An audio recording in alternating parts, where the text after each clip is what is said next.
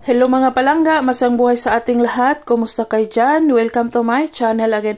For today's video ay magluluto naman ako ng masarap na ulam pero kaya sa budget nating lahat. Pero bago nyan is pakinood naman ang aking video hanggang sa dulo. Pagkatapos is pakishare na lang din. Maraming salamat. So ito nga na nga, nakita niyo nagpainit ako ng karaha, nilagyan ko siya ng olive oil.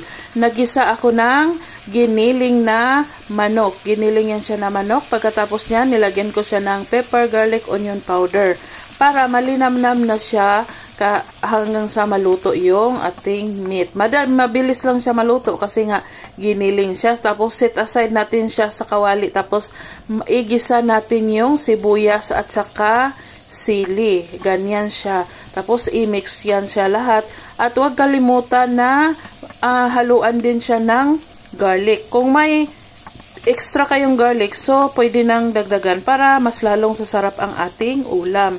Pagkatapos niyan is lagyan ng pangpalasa na fish sauce, oyster sauce at saka soy sauce para mas lalong sasarap ang ating ulam na niluluto. At lagyan ng kaunting magic or kahit anong seasoning na gusto nyong ilagay sa inyong pagkain. Tapos ilagay na ang sitaw.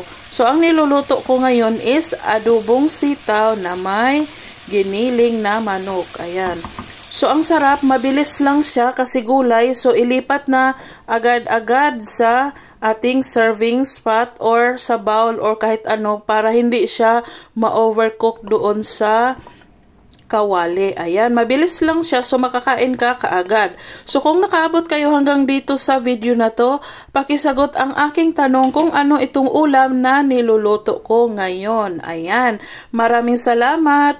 So ito na nga, ready na siya for mukbang. Sana'y nagustuhan niyo ang video ko for today. Maraming salamat. Bye-bye.